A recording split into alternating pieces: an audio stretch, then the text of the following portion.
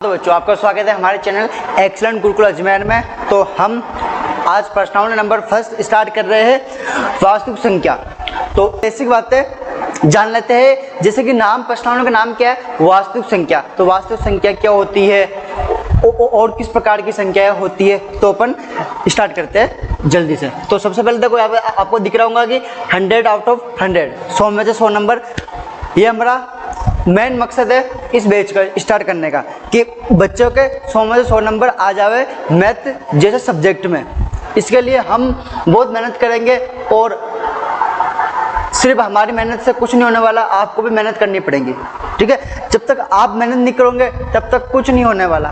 तो आपको जी जान से बिल्कुल मेहनत करनी पड़ेगी ताकि आपके 100 में 100 नंबर आ जाए। और वैसे हम बैठे आपके लिए रोज़ रोज़ वीडियो लेके आएंगे सब सब्जेक्ट की, चाहे साइंस की हो, सामाजिक की हो, हिंदी की हो, सभी विषयों की वीडियो आपके लिए लेके आएंगे। तो 100 आउट ऑफ 100 अपना सिर्फ हमारा फोकस 100 में से 100 नंबर पे होना चाहिए और कुछ नहीं सोचना, ठीक है। अब देखो फर्स्ट प्रश्नावली क्या अपने पास, वास्तविक संख्या है। वास्तविक संख्या है। देखो वास्तविक संख्या को जानने से पहले अपन कुछ प्रकार की और संख्याएं होती है उसको जानते हैं। जैसे प्राकृत संख्या होगी, पूर्ण संख्या हो गई, परिमेय संख्या होगी, अपरिमेय संख्या होगी, सहभागी संख्या होगी, बाह्य संख्या होगी। इन सबको पढ़ेंगे अपन और फिर उसके बाद अपन प्रश्नावली स्टार्ट करेंगे, क्योंकि अपन को उस प्रश्नावली के बारे में पता होना चाहिए कि प्रश्नावली जो उसका नाम है जैसे वास्तविक संख्या, तो वास्तविक संख्या क्या होती है। अगर अपन को कोई पूछे तो अपन को पता तो होना चाहिए ना, अपन डायरेक्ट क्वेश्चन स्टार्ट नहीं करना अपन को, ठीक है। तो देखो सबसे पहले तो ये एक संख्या रेखा आती है, इधर क्या आ रही है, संख्या रेखा। और संख्या रेखा को संख्या रेखा के बारे में तुमको सबको पता होगा, जैसे कि तुमने क्लास 7th 6th 8th में भी पढ़ा होगा कि एक, जैसा कि आपको दिख रहा होगा कि एक रेखा है, इस रेखा के ऊपर संख्या है। और संख्या है भी किस प्रकार है कि यहाँ पे बीच में क्या है, 0 है, और इस साइड है ना पॉजिटिव में, अब प्लस में है, और इस साइड किस में भैया सर, इस साइड है नेगेटिव में, माइनस में, ठीक है। इस साइड किस में है, माइनस में, नेगेटिव में। इस साइड पॉजिटिव 1 2 3 4 5 6 7 इन्फिनिटी तक, इधर -1 -2 -3 -4 -5 -6 माइनस के इन्फिनिटी तक। ये होती है संख्या रेखा। इसी का सारा खेल है अपन प्राकृत संख्या, पूर्ण संख्या का, ठीक है। ये देखो इसमें आपको दिख रहा होगा कि देखो इसमें भी अपन अगर बात करते हैं इसकी, जब अपन इस साइड देखो, इस साइड से अपन जा रहे हैं इस साइड, तो अपन संख्या में क्या हो रही है सर, संख्या तो हमें इस साइड तो 5 से 4, 4 से 3, 3 से 2, 2 से 1, मतलब संख्या घट रही है। लेकिन जब मैं इस साइड जा रहा हूँ तो संख्या बढ़ रही है, जैसे 1 2 3 4 5 6 7 8 9 10 ऐसे। सेम इसी में ये दे रखा है, देखो कि जब अपन जा रहे हैं इधर तो संख्या बढ़ रही है 8 से 9, 9 से 10, 10 से 11, मतलब लेफ्ट से राइट की दिशा में, ठीक है। लेकिन जब अपन इस दिशा में आ रहे हैं तो संख्या क्या हो रही है, घट रही है। -1 देखो 6 5 4 3 2 1 0 1। अब इसमें एक मेन क्वेश्चन बनता है, देखो ये मतलब क्वेश्चन बनने का मतलब ऐसा नहीं बोर्ड में क्वेश्चन बनेगा, ठीक है। मैं इस प्रकार के देखो यहाँ पर अगर तुमको पूछूं मैं कि ये 100 बटा है माइनस के 100 बटा है, अगर मैं पूछूं तो तुमसे कि ये माइनस का 100 बड़ा होता है या 1 बड़ा होता है, बताओ। ये बड़ा होता है फिर ये बड़ा होता है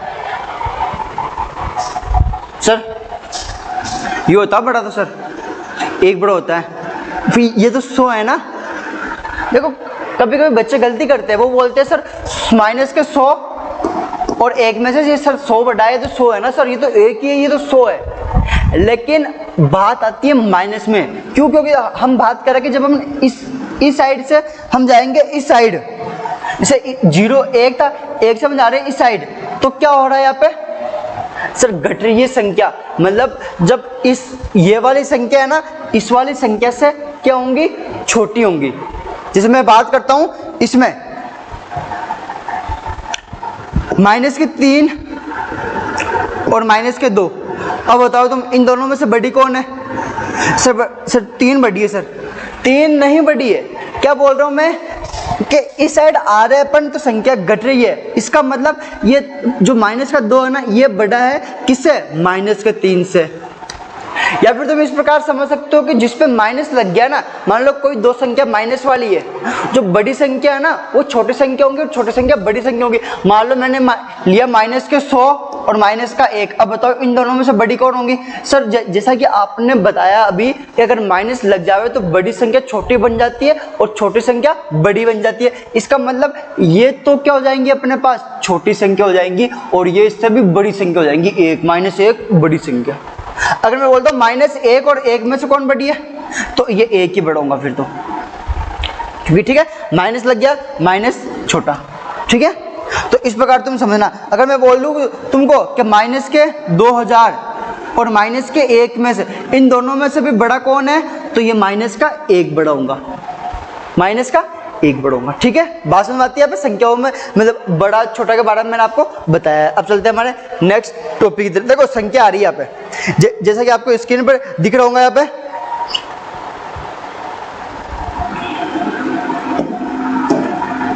देखो पहले संख्या क्या आ रही है? नेचुरल संख्या मतलब प्राकृत संख्या, फिर होल नंबर मतलब पूर्ण संख्या, फिर आ रहा है इंटीजर मतलब पूर्णांक, फिर आ रहा है रैशनल नंबर मतलब परिमेय संख्या, फिर आ रहा है इरेशनल नंबर मतलब अपरिमेय संख्या, फिर आ रहा है रियल नंबर जो अपने चैप्टर का नाम है वास्तविक संख्या। तो अपन एक एक करते सबको पढ़ते हैं अभी, ठीक है। पहले देखो, पहले मैं बात करता हूँ कि नेचुरल नंबर, ठीक है। नेचुरल नंबर क्या होती है? सर नेचुरल नंबर मतलब प्राकृत संख्या। नेचुरल नंबर प्राकृत संख्या वो होती है जो 1 से शुरू होकर अनंत तक चलती है, मतलब जो स्टार्ट कहाँ से होती है? 1 से, मतलब जैसे 1 देखो। और नेचुरल संख्या को अपन व्यक्त करते हैं n से, तो n बराबर 1 2 3 4 चलते रहेंगे कहाँ तक? अनंत तक। तो ये कौन सी संख्या हुई? सर ये प्राकृत संख्या हुई। बात समझ में आती है आपको? ठीक है। अब चलते हैं नेक्स्ट संख्या पर, होल नंबर मतलब इसको हिंदी में बोलते हैं पूर्ण संख्या। पूर्ण संख्या, ठीक है, इसको बोलते हैं पूर्ण संख्या। मैं लिख देता हूँ मैं यहाँ पे पूर्ण संख्या। ये होती है अपने पास प्राकृत संख्या, ठीक है, प्राकृत लिख देता हूँ यहाँ पे। तो पूर्ण संख्या को व्यक्त किससे करते हैं? होल, इंग्लिश में बोलते हैं तो W से दर्शाते हैं इसको। W बराबर क्या होगा? 0 1 2 3 etc चलता रहेगा ये कहाँ तक? अनंत तक, ठीक है। अब आता है इंटीजर। इंटीजर मतलब होता है पूर्णांक। इंटीजर मतलब क्या होता है? पूर्णांक, ठीक है। अब देखो जब बात करते हैं पूर्णांक के बारे में तो इसको अपन थोड़ा बेसिक से समझते हैं, है ना। पूर्णांक,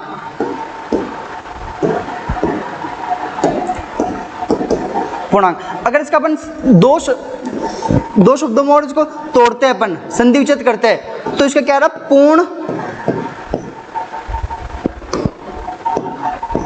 पूर्ण प्लस अंक, पूर्णांक। पूर्ण अंक मतलब इंटीजर क्या होता है? पूर्णांक क्या होता है? पूर्ण अंक। जो भी अंक पूर्ण हो वो क्या होता है? पूर्णांक होता है। मतलब भिन्न में नहीं होना चाहिए। अगर कोई भी अंक भिन्न में होता है तो वो पूर्णांक नहीं होगा। आई बात में? पूर्णांक होना चाहिए। जो भी पूर्णांक होगा वो क्या होगा? पूर्णांक होगा। एग्जाम्पल के लिए लेता हूं मैं 1, देखो 1 2 3 4 5 6 7 कहाँ तक चलेगा? अनंत तक। तो ये सब भी क्या है? पूर्णांक है ना। सर जीरो भी है क्या? हाँ जीरो भी पूर्णांक है भाई, क्योंकि जीरो पूर्णांक है, भिन्न में थोड़ी है भाई, ठीक है। तो जीरो पूर्णांक है और ये पूर्णांक है। 1 2 3 4। क्या सर ये प्लस में हो सकते क्या? सर माइनस में नहीं हो सकते क्या? बिल्कुल यार, माइनस जब प्लस में हो रहे तो माइनस में भी हो सकता है। कंडीशन क्या है उसकी? कि पूर्णांक होना चाहिए, ठीक है। केवल पूर्णांक होना चाहिए। तो माइनस का ये minus minus minus minus minus minus या फिर प्लस, प्लस माइनस दोनों में हो सकता है। ये मैं पहले बोल रहा हूँ, ठीक है। प्लस माइनस कोई सा भी हो सकता है, ये प्लस में भी हो सकता है, माइनस में भी हो सकता है, लेकिन क्या होना चाहिए? पूर्णांक होना चाहिए। आती है बात समझ में? सर आती है समझ में। अब देखो, अब पढ़ेंगे अपन रैशनल नंबर और इरेशनल नंबर, मतलब परिमेय संख्या और अपरिमेय संख्या, ठीक है। इसको अपन विस्तार से पढ़ते हैं, परिमेय संख्या अपरिमेय संख्या को। पहले मैं डाल रहा हूं परिमेय संख्या। परिमेय संख्या। देखो मैं इसकी परिभाषा लिखता हूं यहाँ पे। परिमेय संख्या क्या संख्या होती है कि जिसे P बटा Q के रूप में लिखा जा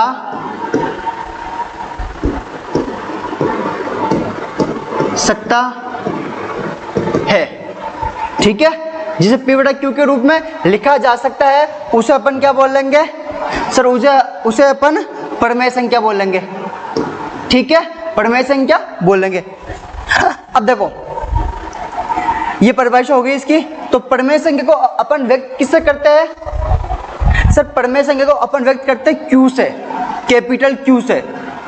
तो Q बराबर क्या होगा सर? P बटा Q।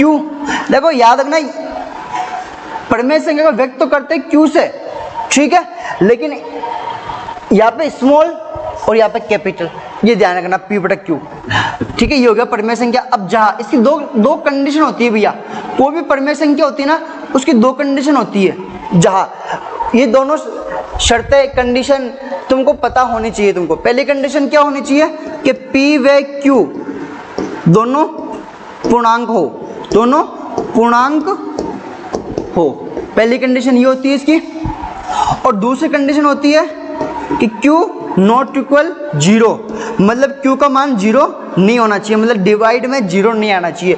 अगर कोई भी संख्या इन दोनों शर्तों को फॉलो करती है तो वो क्या होंगी? परिमेय संख्या होंगी। अगर कोई भी संख्या इन दोनों में से एक को भी फॉलो नहीं करती है तो वो अपरिमेय संख्या होंगी या फिर परिमेय संख्या नहीं होंगी।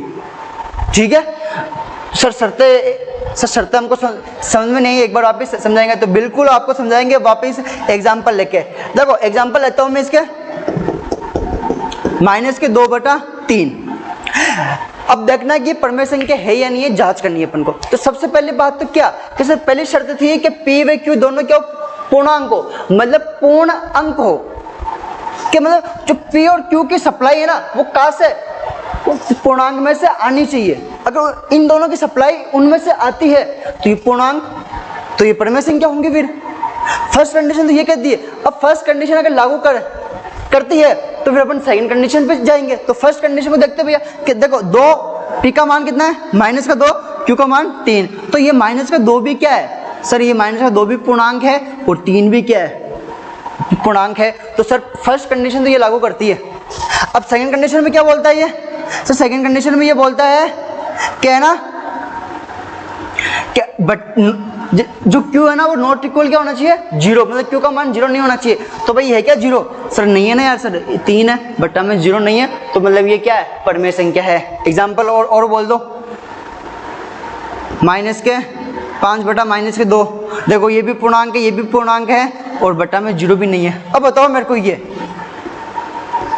0/1 परिमेय संख्या है या नहीं है? सर परिमेय संख्या सर नहीं है सर। क्यों भाई, क्यों नहीं है परिमेय संख्या? क्योंकि सर आपने बोला ना 0 नहीं आना चाहिए, तो ये सर परिमेय संख्या नहीं होंगी। अरे भाई परिमेय 0 कहाँ नहीं आना चाहिए, ये बात नोट करना है आप। 0 बट्टा में नहीं आना चाहिए, समझ लो, बट्टा में 0 नहीं आना चाहिए, ऊपर आ सकता है 0। तो देखो 0 भी क्या है? पूर्णांक है, और 1 भी क्या है?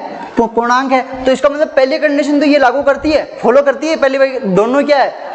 पूर्णांक है। ठीक है, अब सेकंड कंडीशन क्या बोलता है कि Q नॉट इक्वल क्या होना चाहिए? 0। Q नॉट इक्वल क्या होना चाहिए? 0।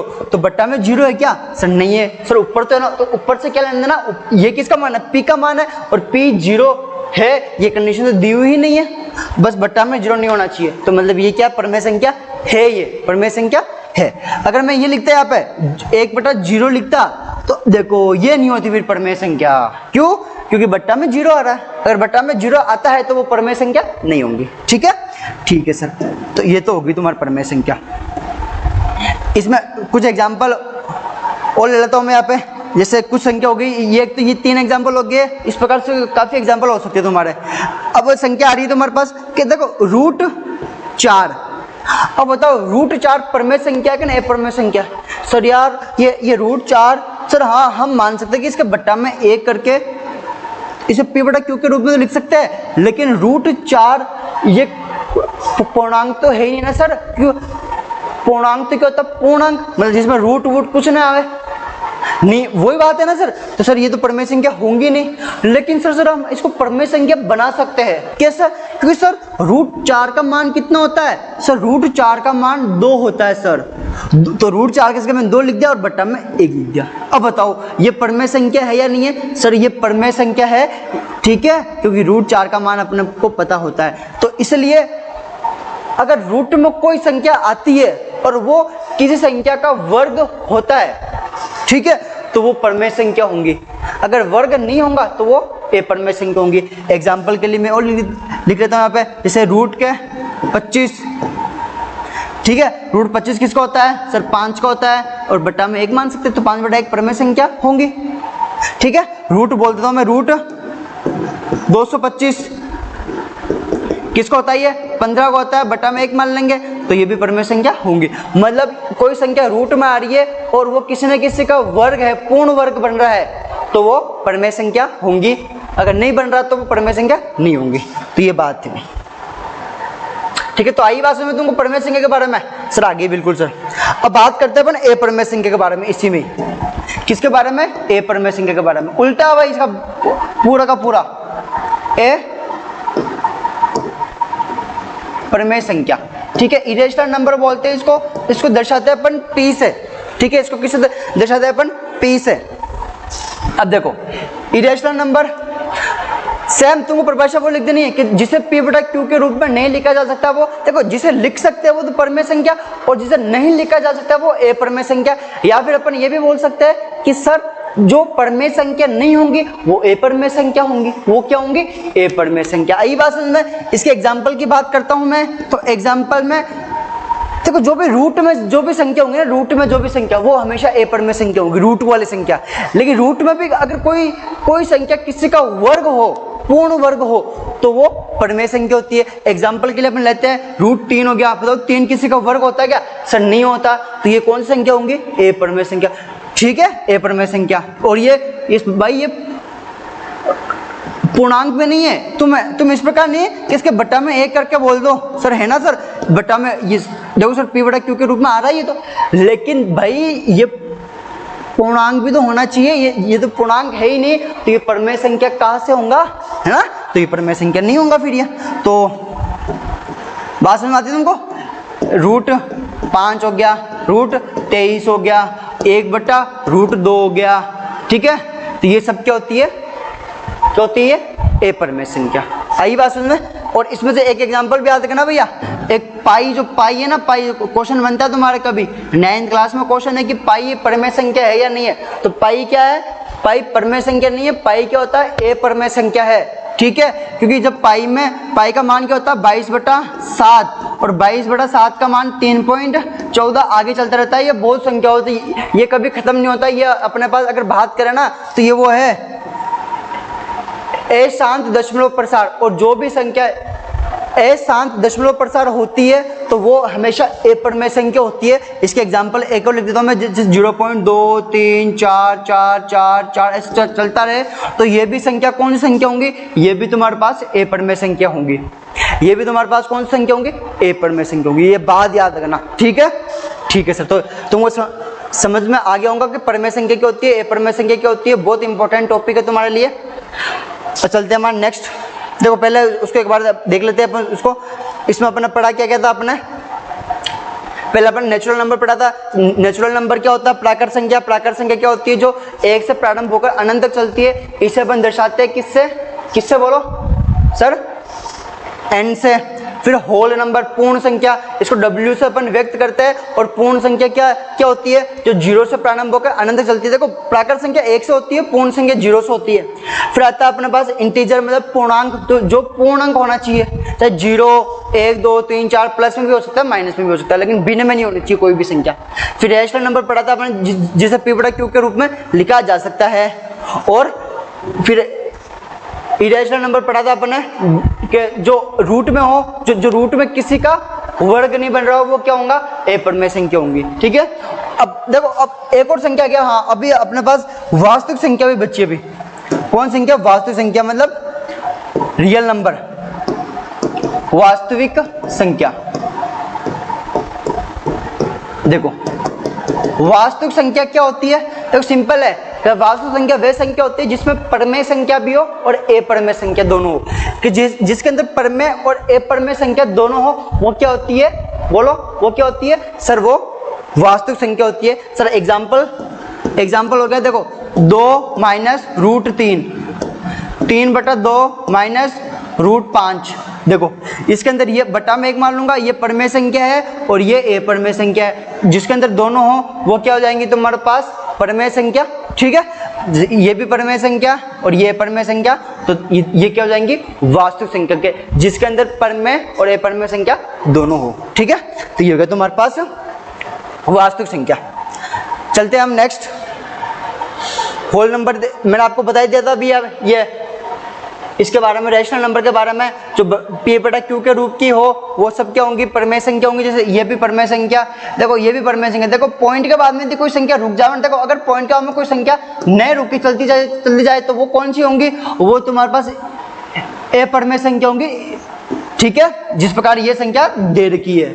और अगर पॉइंट के बाद में रुक जावे तो वो की संख्या कौन सी होंगी? परमेय संख्या होंगी। और देखो ये रूट 16/9, इसमें रूट 16 का मान क्या होगा? 4, रूट 9 का मान 3, तो 4/3। अब 4/3 क्या होती है सर? 4/3 परमेय संख्या होती है। ठीक है, ठीक है सर। तो ये परमेय और अपरमेय के बारे में मैंने आपको विस्तार से बता दिया है।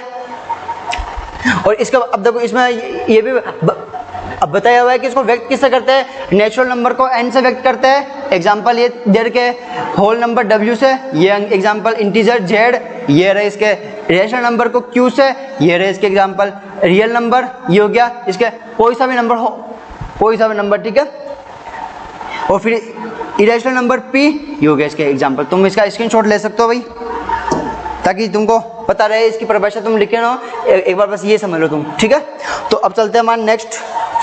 अब क्या है हमारे पास? देखो कुछ संख्या और थी, भाज्य संख्या, अभाज्य संख्या, उसके बारे में देख लेते हैं। देखो भाज्य संख्या, अभाज्य संख्या और सहभाज्य संख्या। पहले बात करते हैं भाज्य संख्या क्या होती है। तो तुमको सबको पता होंगे कि तुमने 7th 8th में पढ़ा होगा कि जिसमें जो खुद से, देखो जो खुद के अलावा दूसरी संख्या से भी विभाजित हो। ठीक है, और सिंपल भाषा में अपन क्या कह सकते हैं? जिसमें खुद का भाग तो जा ही रहो, साथ में कोई और संख्या का भाग भी जाए, वो क्या होती है तुम्हारे पास? भाज्य संख्या। कि जो संख्या स्वयं तथा एक के अलावा किसी अन्य संख्या से भी विभाजित हो, मतलब जिसके अंदर खुद का भाग तो जाए प्लस कोई और संख्या का भाग भी जाए, तो वो संख्या कौन सी होती है? भाज्य संख्या। ठीक है, जैसे एग्जाम्पल के लिए 4 हो गया, 6 हो गया, 8 हो गया, 9 हो गया। फिर अभाज्य संख्या क्या होती है? अभाज्य संख्या के सर वे संख्या जिसमें केवल खुद का ही भाग जावे, वो कौन सी संख्या होती है? अभाज्य संख्या। एग्जाम्पल के लिए 2 हो गया, देखो 2 में केवल 2 का ही भाग जाता है। ठीक है, 3 हो गया, 3 में केवल 1 का भाग। देखो अब तुम बोले सिर्फ 2 में तो 1 का भी भाग जाता है ना, तो सिर्फ एक खुद का, देखो 1 का तो भाग सब में जाता है, चाहे वो भाज्य हो चाहे अभाज्य हो।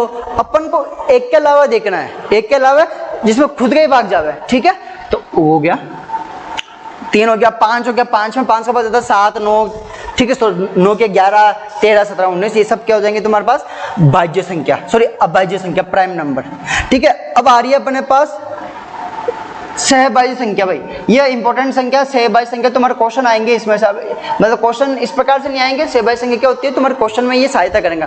ठीक है, देखो सहभाज्य संख्या वह संख्या होती है जिनका HCF 1 हो। अब HCF क्या होता है अपन पढ़ेंगे भी आगे थोड़ी देर में। ठीक है, जिसका HCF क्या हो? 1 हो। या फिर अपन इस प्रकार से कह सकते हैं कि देखो जिसका HCF 1 हो, ऐसी संख्या को अपन सहभाज्य संख्या कहते हैं। एग्जाम्पल के लिए अभी मैं इसको समझाता हूँ। तो देखो इससे क्या हो गया? 9 और 25 हो गया। या फिर इसको अपन परिभाषा में इस प्रकार से भी इसको व्यक्त कर सकते हैं। देखो 9 और 25, अगर 9 का मैं करता हूँ अभाज्य गुणनखंड, तो क्या होगा इसका? सर 3 × 3 × 1। अगर मैं 25 का मैं करता हूँ, इसके 5 × 1। तो इसकी परिभाषा में इस प्रकार भी दे सकते हैं कि ऐसी संख्या जिसमें केवल उभयनिष्ठ 1, मतलब जिनके गुणनखंड करने पर उभयनिष्ठ क्या आना चाहिए? केवल 1 आना चाहिए। अगर उभयनिष्ठ 1 आता है तो वो संख्या कौन सी होंगी? सहभाज्य संख्या। अगर जैसे उभयनिष्ठ 1 नहीं हो,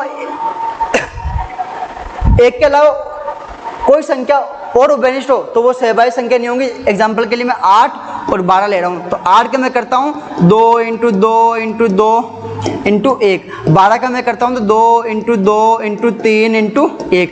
अब देखो इसमें उभयनिष्ठ 1 भी आ रहा है, साथ में 2 भी आ रहा है, तो ये सहभाज्य संख्या है क्या सर? सहभाज्य संख्या नहीं है, क्योंकि सहभाज्य संख्या का मतलब क्या होता है? जिसका HCF 1 हो, मतलब जिसमें उभयनिष्ठ दोनों संख्याओं के गुणनखंड करने पर उनमें केवल उभयनिष्ठ 1 ही आना चाहिए। ठीक है, 1 ही आना चाहिए। या फिर अपन इस प्रकार कह सकते हैं कि इस संख्या में जिस संख्या का भाग जा रहा है, देखो 9 मान लो 9 में 3 का भाग जा रहा है ना, तो इस 25 में 3 का भाग नहीं जाना चाहिए। मतलब दोनों संख्याओं में एक ही संख्या का भाग नहीं जाना चाहिए।